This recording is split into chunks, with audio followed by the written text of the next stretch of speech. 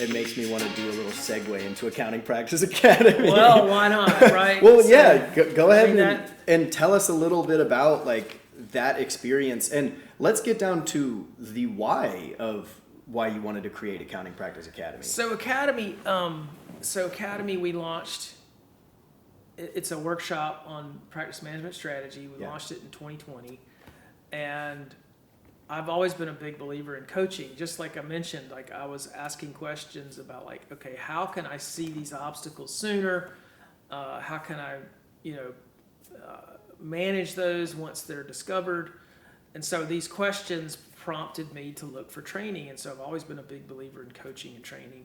And I've actually been a member of a coaching program called Strategic Coach since 2009, and still a member. And then I also helped start a chapter here in Charleston of EO, Entrepreneurs Organization, which is, kind of the whole mastermind concept.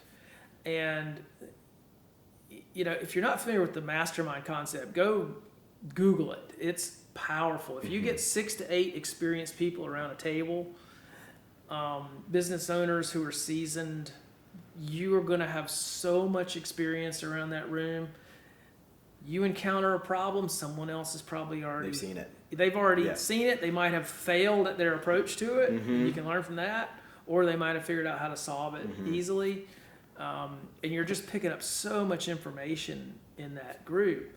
So I wanted to bring best practices that I've learned from sellers along with that mastermind concept where you have a group component, and I wanted to make it succinct and implementable, because I've seen so many programs that it doesn't feel like you can actually do it, act on it. It just seems too complicated and just super complex, or it's some kind of paint by numbers thing. And it just doesn't allow enough flexibility for what your potential, what your problems are, or what your you're practice facing. needs. Yeah. And so, so that was my goal.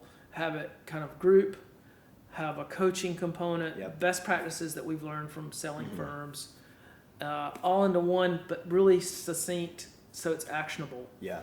And you were there when we were starting to create this program. Yeah.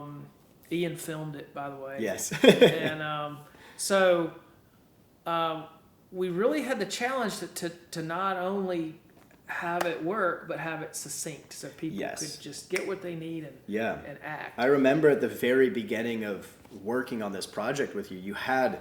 It's hung up in your office now. It's a long piece of butcher paper that you kind of brainstormed like a madman out with sticky notes, the layout of the workshop. And you kept talking about it needing to be succinct, and how the number one constraint of firm owners now is time. And so we cannot have this be a lengthy, watch an hour-long video for one gold nugget. We have to get right to the point, straight to the meat. Right. And so I tried to bring that into the editing process and the script writing process too. Yeah. Oh yeah, we went through so many script edits, and we had to chop it down. We kept reducing. And brought in coaches, even just in that, just to say, how do we make this more succinct? How do we get right to the point? So that way they're getting the maximum value as quick as possible. Exactly. And we thought about like how we, what order everything needed to be laid out in. We thought about, one of the biggest bits of advice that I got was from Rick Payne, who, I don't know if people remember, but there was this group that rolled around in the 1990s called the Accountants Boot Camp. And it was a group out of Australia. And I actually got to know Rick Payne really well. And he and Paul Dunn are the founders of that company. And they did a great job of creating this program, but it was very complicated and it was very lengthy. Yeah. And he gave me the term FTI.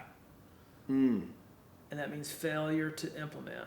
And he goes, I actually flew out to Reno, Nevada and spent a whole day with Rick after he had sold this company, and he's retired now. But he said that was our biggest problem with accountants, with the boot camp, was FTI, failure to implement. Yeah. People go through the program, not do it. And they hit an FTI, whatever it is, whether They it's just time or They just didn't implement. They just didn't implement. They spend money on the program. They'd go through it. They'd put the time in. didn't implement. Didn't implement. So a big question I had the whole time we were creating Academy was, okay, how do we avoid FTI? How do we get people to make actionable, to start implementing? And, we did it. We did it. I mean, and we didn't know if we had done it or not, right? Like the first year we went through, and we're like, okay, they're liking the material. Will they implement? Yeah. And boy, have they. I think, and you can correct me, but I think one of the big key factors was a discussion you, Bailey, and I had in which we swapped modules 1 and 2. Yeah. We had at first goal setting as module 1. And the second was a client list analysis, so really data driven. Yeah. And we said, I think you said, what if we put that first? Yeah. What if they saw their firm from a total 180 perspective? Yeah. A shift that we in the mergers and acquisitions get to see all the time, but they might not have looked at their firm. Yeah. It's shocking when they see it. When they do that first exercise, they're shocked. Yeah. And then we kind of come in with some And answers. Exactly. It's like, oh, there's potential. Once you zoom out, you see, oh, there's things I can tweak. Right. We all know that they're there. Yeah. Even just in our own lives, we know that they're there. It just takes a new perspective. Right. Yeah. Right. Yeah, that's cool. Yeah. That's cool. So that's Accounting Practice Academy. Check it out. Yeah.